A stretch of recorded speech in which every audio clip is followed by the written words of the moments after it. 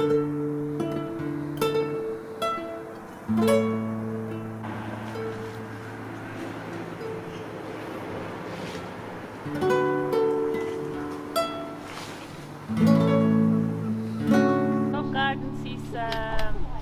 a community garden, it's a guerrilla garden, it's a reclaimed space. It used to be a fly tipping corner, it was horrible. And one day during the pandemic we realized that we really needed a green space, a garden, because we live in the social house buildings and we don't have gardens.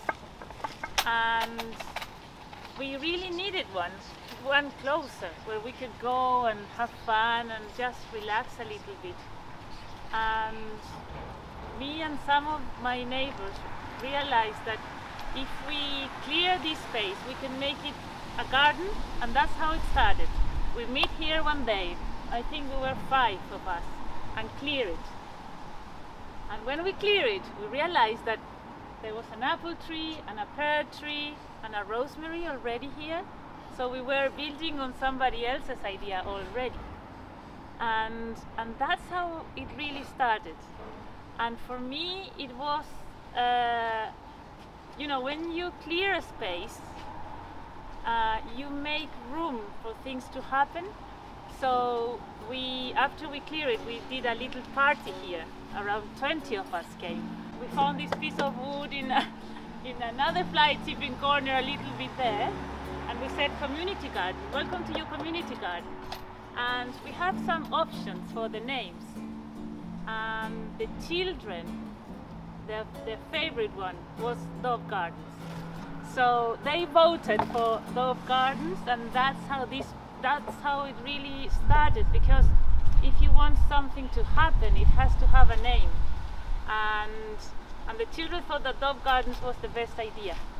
And then I have this designer friend who helped us and conceived this idea of a heart at the middle and the doves with their wings extended and kind of containing this heart. The central point of the garden, there's some affection going on, there's some interaction, but also it's this sense of being connected as a community with the elements we have.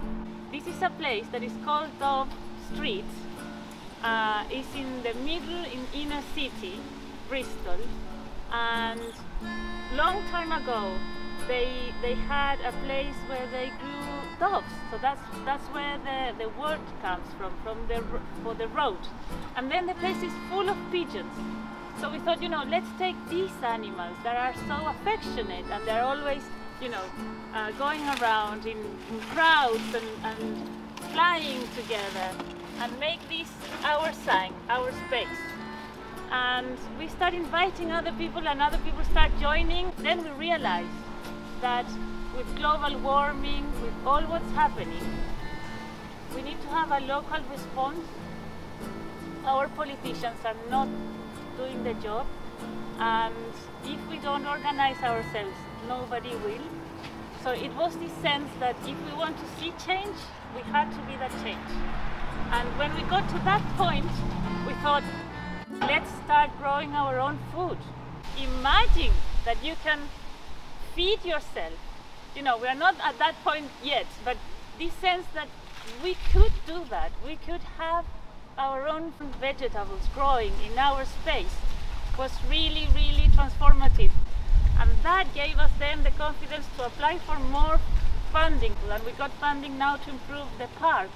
So it's been like step by step, guided by this whole sense of that as individuals we can't do this, but as a community is the most powerful thing. Because I have one idea, somebody else has this knowledge, this other person, I don't know. So we work all together. It's been organic, really, the way things have been developing. But this is what it means to me, but the beauty is that different people have different takes on the garden and in itself, which has been really, you know, there are many voices, and that's the point. Everybody is welcome in this garden. when it's communal, it means that it belongs to us all. Therefore, we all look after it and we all define its future.